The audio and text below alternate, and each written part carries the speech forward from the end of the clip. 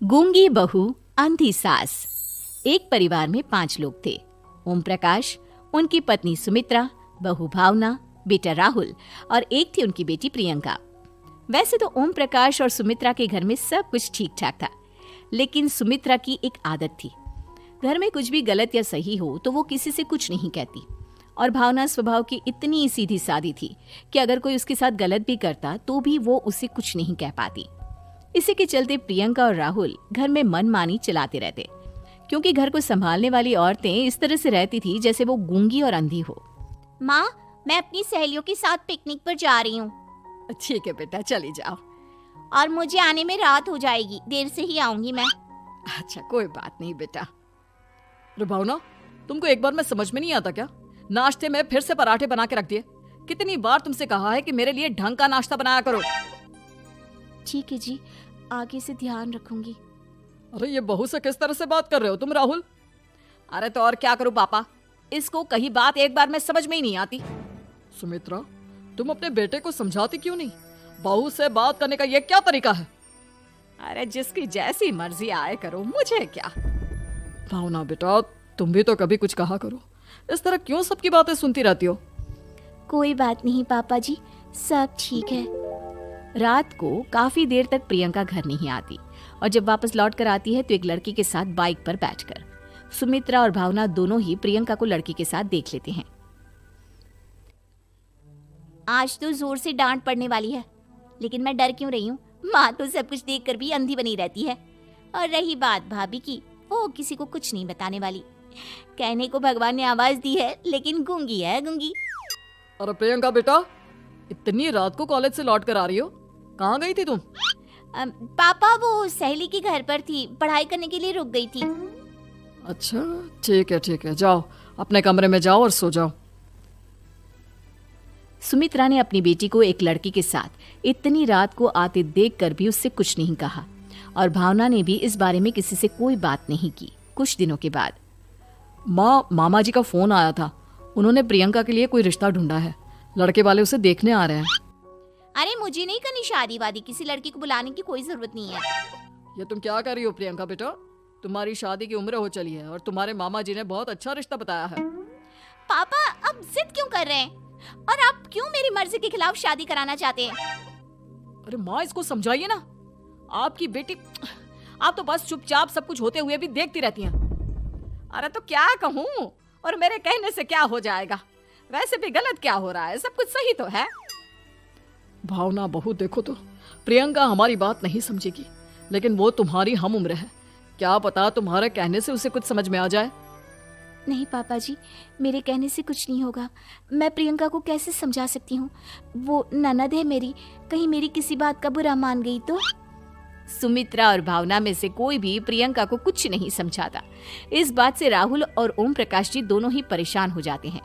और फिर जब लड़का प्रियंका को देखने के लिए आता है, मुझे आपकी बेटी बहुत पसंद है, मैं उसके साथ शादी करने के लिए तैयार हूँ। देखो, मुझे तुमसे शादी नहीं करनी, और ये बात जितनी जल्दी समझ में आ जाए अच्छा रहेगा। अरे तो फिर आप लोगों ने मुझे यहाँ बुलाया ही क्यों? माफ कर दो बेटा, वो हमारी बेटी जरा गुस्से में है, हम उसे समझाने की कोशिश करते हैं। हाँ, देखिए आप नाराज मत होइए, वो तो उसने बस ऐसे ही कह दिया होगा। अरे कोई ऐसे ही कुछ कहता है क्या? और ये आपकी पत्नी और माँ, ये दोनों इस तरह चुपचाप क्यों बैठे हैं, जैसे इस घर के मेंबर ही ना हो? आपके घर में सब कुछ ठीक तो है ना? अरे सब कुछ ठीक है बेटा।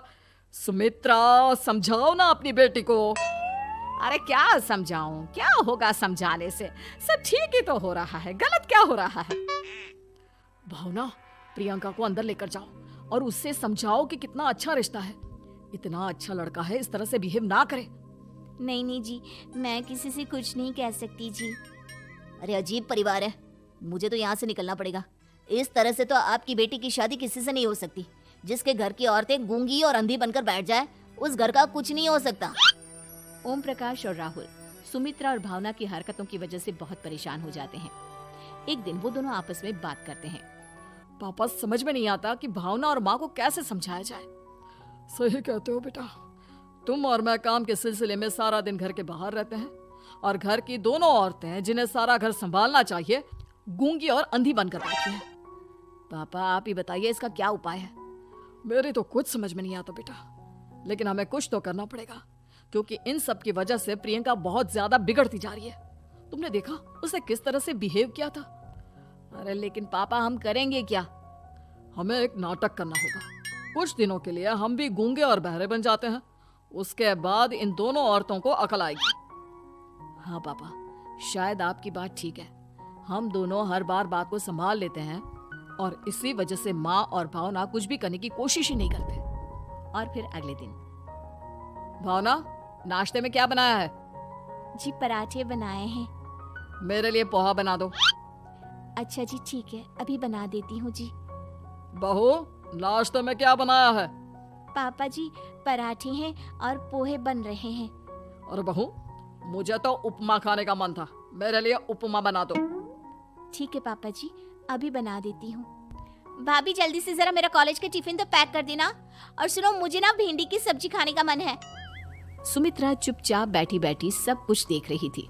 उसने किसी से कुछ भी नहीं कहा और ये देखकर भावना को मन ही मन गुस्सा आ रहा था, लेकिन वो किसी से कुछ नहीं कह रही थी।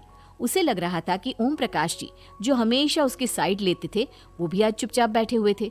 शाम के वक्त प्रियंका अपने बहुत सारे दोस्तों को लेकर घर आती है और उधर दूसरी तरफ से राहुल भी अपने ऑफिस के दोस्तों को लेकर घर आ जाता है। प्रियंका अपने कमरे में तेज म्यूजिक चलाकर डांस करती है और राहुल अपने दोस्तों के साथ बैठकर जोर जोर से हंस रहा था। प्रियंका और राहुल मिलकर पूरे घर को अस्त व्यस्त कर देते हैं, लेकिन भावना उनसे कोई शिकायत नहीं करती और सुमित्रा जी भी चुपचाप बैठी रहती है। लेकिन भावना और सुमित्रा के अंदर का गुस्सा धीरे धीरे बढ़ रहा था। फिर रात को ओम प्रकाश और राहुल एक दूसरे से बातें करते हैं। पापा, हमने इतना कुछ किया, फिर भी भावना कुछ बोलती ही नहीं और माँ भी कुछ गलत करने से किसी को रोकती ही नहीं। तुम चिंता मत करो बेटा, इन दोनों के अंदर का गुस्सा भर रहा है और बहुत जल्दी बाहर आने वाला है। अगले दिन, अरे बहू, ये कपड़े धुले हैं या गंदे हैं? पापा जी कपड़े तो मैंने धोकर ही आपकी अलमारी में रखे थे। मुझे तो साफ नहीं लग रहा है, एक बार और धो देना। प्रियंका, मैं सोच रहा था कि तुम्हें उस लड़के से शादी नहीं करनी है ना, मत करो। एक काम करो, वैसे भी क्या रखा है शादी वादी में, तुम्हें जो लड़का पसंद है उसके साथ जाकर कोर्ट मैरिज कर लो। इस बार ओम प्रकाश और राहुल की बात सुनकर भावना और सुमित्रा के अंदर का गुस्सा जाग उठता है। मैं किसी से कुछ कहती नहीं जी, इसका मतलब ये है कि आप लोग मुझे परेशान करते ही रहेंगे। कल 4 बार मुझसे नाश्ता बनवाया, आज पापा जी मुझसे धुले हुए कपड़ों को बार बार धुलवा रहे हैं। अरे मैं इंसान हूँ जी, कोई मशीन नहीं हूँ। तुम दोनों ने मिलकर इस घर की कैसी हालत बना दी है और अपनी बहन को भागकर शादी करने के लिए कह रहे हो। तुम भाई हो या दुश्मन? ओम प्रकाश और राहुल जोर जोर से हंसने लगते हैं। अरे इसमें हंसने की क्या बात है? हम लोग यहाँ इतने परेशान हो रहे हैं जी, तुम लोगों को ऐसी हरकत करने के बाद भी हंसी आ रही है। ये क्या कर रहे हैं जी आप दोनों? यही तो हम चाहते थे कि सुमित्रा, तुम अंधी होकर ना बैठी रहो। घर में कुछ भी गलत हो तो उसे रोकने की कोशिश करो। और भावना, तुम अपने साथ हो रहे गलत व्यवहार पर भी कभी मुंह नहीं खोलती, ये सही बात नहीं है। मैं चाहता था कि तुम्हारी भी जुबान खुले, तुम गलत बात का विरोध करो। गूंगी बहू और अंधी सास की ये जोड़ी इस घर में अब नहीं चलेगी।